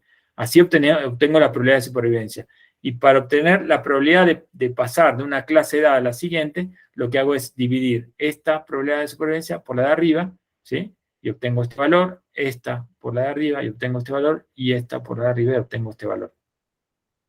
Entonces, con estos datos que saco de la tabla de vida, puedo calcular el número de individuos de cada clase de edad en el momento siguiente. O sea, lo que quiero saber es, bueno, si en el tiempo 1, hoy, año 2022, esta especie tiene 100 individuos de la clase 0, 10 de la clase 1, 8 de la clase de edad 2 y 5 de la clase de edad 3, ¿cuántos va a tener en el 2023, en NT más 1? Eso es lo que quiero investigar a partir de este modelo. Entonces, Los individuos que ahora se encuentran en la clase I, al cabo de un paso de tiempo, se van a encontrar en la clase I más 1. Los individuos que hoy tienen 0 años, al cabo de un año van a estar en la clase de 1 año. O bien habrán muerto, porque no todos los individuos que nacieron pasaron a tener 1 año. Hay una tasa de supervivencia para pasar de la clase 0 años a la clase 1 año. Algunos se mueren en el medio. El número de individuos de cada clase de edad I, en el momento T más 1, es igual al número de individuos que había en la clase de edad anterior, I menos 1, en el momento T, multiplicado por su supervivencia. Entonces, la cantidad de individuos de la clase 2 en el 2023 va a depender de la cantidad de individuos de la clase 1 que hay hoy, en el 2022, por la probabilidad de supervivencia de esos individuos, o sea, por la probabilidad de que esos individuos que están hoy pasen a estar, todavía vivan el año que viene, ¿sí? Si es así, van a pasar a formar parte de esta nueva clase. Bueno, lo mismo puedo pensar con los de la clase de edad 3. La cantidad de individuos de la clase de edad 3 que va a haber en el 2023 depende de la cantidad de individuos de la clase de edad 2 que hay hoy, en el 2022, por la probabilidad de que esos individuos sobrevivan al año siguiente. Y así puedo hacerlo, y esta es la fórmula general. Si tuviera acá muchas clases de edades, esto es planteado de forma general. Entonces, por un lado tengo eso, para poder, nuevamente, lo que quiero entender, estoy intentando entender esto, que es cómo puedo calcular el número de individuos de una clase de edad en el momento siguiente, ¿no? Cómo puedo saber cómo cambian, quiero saber cómo cambia este vector, ¿sí? de clase de edades, cómo cambia del 2022 al 2023, eso es lo que quiero entender. Para eso, tengo que tener en cuenta primero esto, que significa cuántos de los que están en una clase hoy pasaron a la clase siguiente el año que viene, en función de la probabilidad de supervivencia de una clase a la siguiente, y tengo que tener en cuenta esto, cuántos nacen, porque acuérdense que en cada clase de edad existe la posibilidad de que haya nacimientos, o sea, hay hembras que pueden dar a luz, y esos nacimientos van a aportar, pero van a aportar todos solamente a la primera clase de edad. Entonces, la primera clase de edad en realidad no se nutre de una clase de edad anterior, porque no hay nadie. La clase de edad 0 años no viene del menos 1, no hay nadie antes. ¿Cómo se nutre la clase 0 años?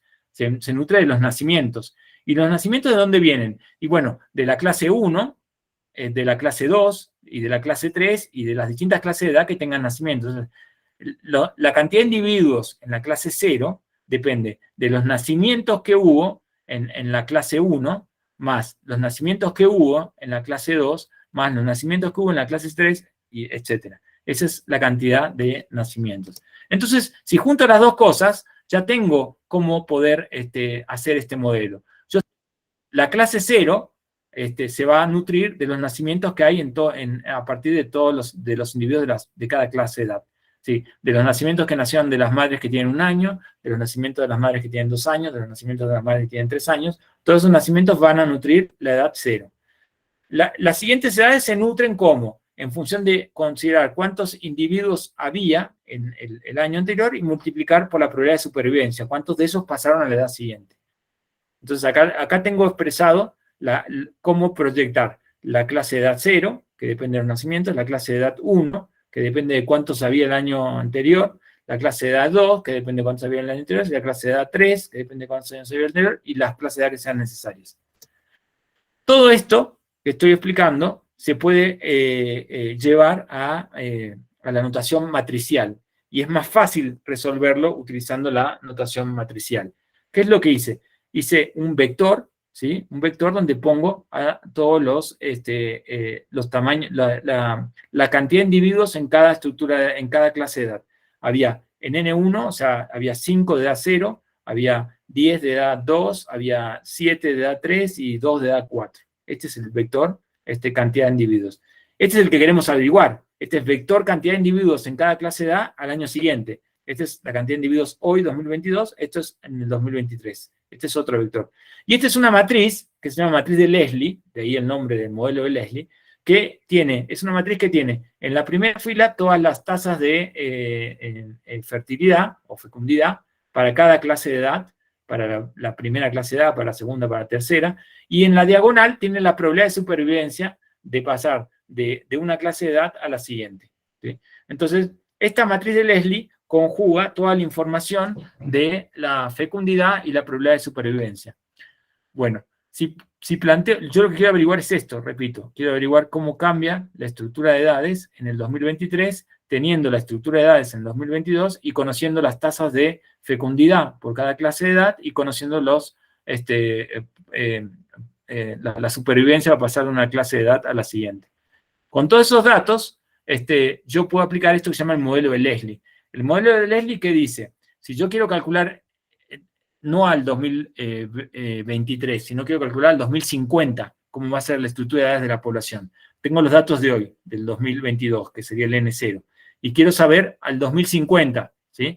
Entonces, el N sería 50, porque son 50 años, perdón, estamos en 2022, ¿cuánto hay al 58 al 30? 28 años, ¿no? El T es 28 años, porque tienen que pasar 28 años para llegar al 2050. Entonces, el N en 28 años, o sea, el N del año 2050, es igual al N inicial, o sea, la estructura de edades que hay hoy en el 2022, por la matriz de Leslie de esa población, que tiene estos datos, elevado a 28 años, que son los años en los que quiero averiguarlo. Entonces, aplicando esto, yo puedo saber cómo va a cambiar la estructura de edades de una población desde hoy al año 50. Vamos a ver si tengo un ejemplo numérico. Esta sería la forma en que ustedes pueden, con esto termino la clase, chicos, para los que puedan estar agotados.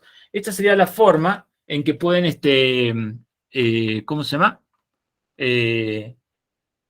Proyectar las pirámides poblacionales. En la primera clase les mostré pirámides poblacionales, pero no dijimos, espérenme un segundo, cómo podríamos hacer para proyectarlas. Bueno, ahora tienen una herramienta que les permite entender cómo proyectar pirámides poblacionales, que es esta.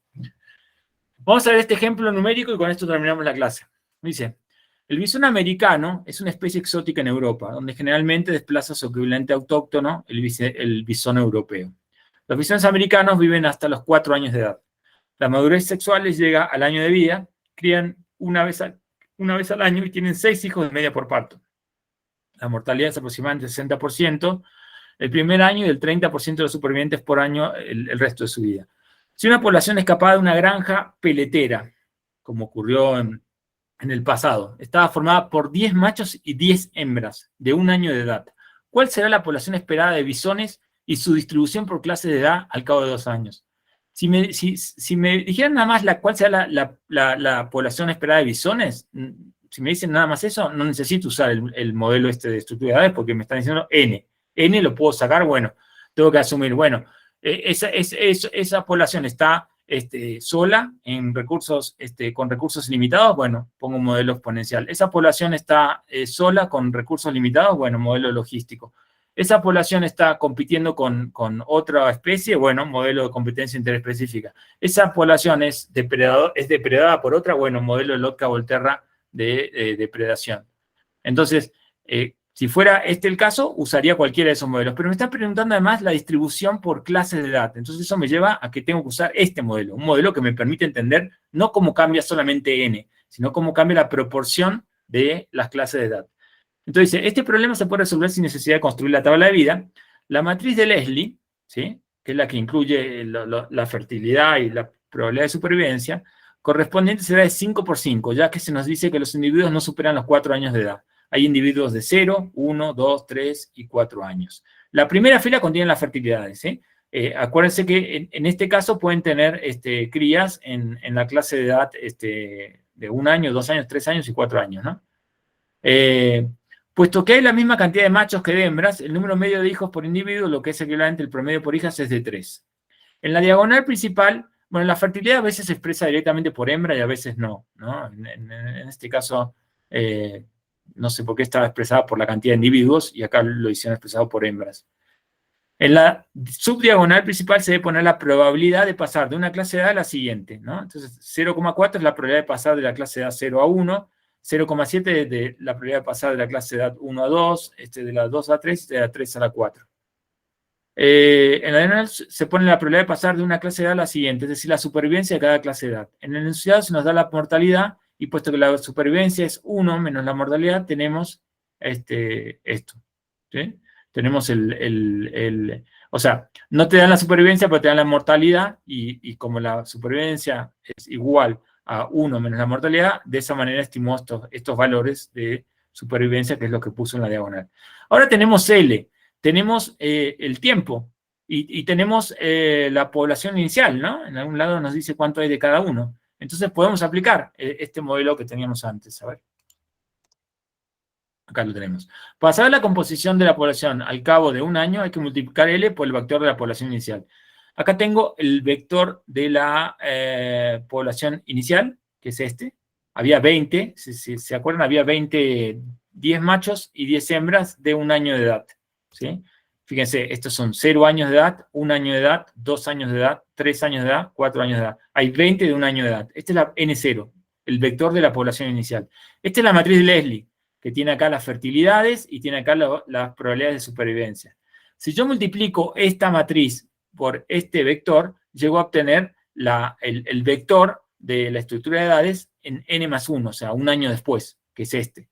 ¿Sí? Va a haber 60 individuos de edad 0, 0 de edad 1, 14 de edad 2, 0 de edad 3 y 0 de edad 4. La multiplicación de matrices por esto, bueno, es una cuestión matemática, ahora no recuerdo, pero creo que es este por este, más este por este, más este por este, más este por este, más este por este, les da este valor, ¿sí? A ver, 0 por 0, más 3 por 20, 60, ¿sí? Más 3 por 0, 0, más 3 por 0, 0, más 3 por 0, 0, 60. Bueno, así pueden hacerlo con todas las filas, hacen esta por esta, bueno, van haciendo todo eso y llegan a obtener este vector. Este es en un año, pero les pidieron en 2 años. Entonces toman este es ahora su población inicial, que es la que va a aparecer acá. La matriz de Leslie no cambió, sigue igual, y hacen de vuelta la multiplicación y llegan a este. Este es el resultado. Lo podrían haber hecho directamente con esta formulita, que era poniendo el vector inicial, acá poniendo 2, la matriz de Leslie, y obtenían el NT, ¿sí? Tenían que elevar una matriz al cuadrado, o sea, multiplicar una matriz por otra matriz, y hubieran llegado al mismo resultado. Deberían llegar al mismo resultado que haciéndolo de esta manera, de a un paso por vez. Entonces dice, así pues, al cabo de 2 años, habrá 42 individuos de 0 años, 24 de 1 año, 42 individuos de 0 años, 24 de 1 año, 10 de 3 años, no hay 10 de 3 años, acá dice 0. Debemos siempre definir el número de 10 por lo que rondamos 9 por 9,8. Esto es un error, ¿no? O estoy leyendo mal. Al cabo de 2 años, habrá 42 individuos de 0 años, 24 de 1 año, y 10 de... 10 de 3 años, que salame. 42 individuos de 0 años, 24 de 1 año, 0 de 2 años, y 10, porque 9,8 no puede ser, 10 individuos de 3 años y 0 de 4 años, ¿sí? Yo también, el modelo también me dice cómo cambió N. ¿Cómo cambió N de un año al otro? Y bueno, sumo el total. O sea, en el año 1 había 60 más 14, 74 individuos. En el año 2, ¿cuántos hay? Hay 42 más 24, son 60, 66 más 10 son 76 individuos. ¿Sí? El modelo me dice las dos cosas. ¿Cómo cambió N, el tamaño total de la población? Pero también me dice cómo cambió por la estructura de edades. ¿Qué proporción hay de cada clase de edad? ¿Sí? Este es el valor añadido que nos da este modelo. Bueno. Con eso termino la clase de hoy. Entiendo que puede haber sido densa y dejar de presentar. Pero bueno, espero que puedan, que hayan podido seguirla. Vamos a hacer más ejercicios en las próximas, no en la próxima clase. En la próxima clase vamos a hablar ya de otro tema, pero tenemos una clase de repaso de final, que el objetivo es hacer un repaso de lo que puede venir en el final, y lo que puede venir en el final son este tipo de cosas que estamos viendo ahora, ¿sí? Entonces, intenten leer, como les dije, ecología con números, intenten hacer algún ejercicio numérico más, aparte del que hicimos acá, porque me parece que esa es la mejor manera, como les digo, de poder terminar de incorporar, ¿no?, una cantidad de conceptos muy grandes que vimos hoy. Bueno, no sé si alguien más tiene algo por decir, o quedó alguna pregunta, o quieren que vuelva sobre algo en la presentación. ¿Están ahí todavía?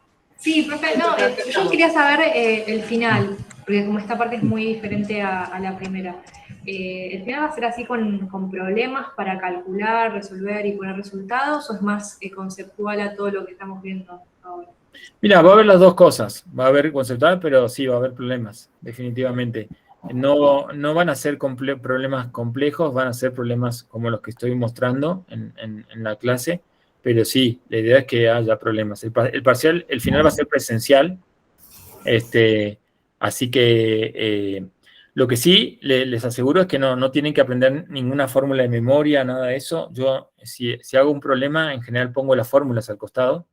Lo que sí tienen que entender es cómo aplicar esas fórmulas, pero no tienen que memorizar nada. Pero sí, la idea es que aparezcan problemas numéricos en el parcial. Gracias. En el final, perdón. Además de cuestiones conceptuales, o sea, una pregunta típica de final, como les dije, es ponerle,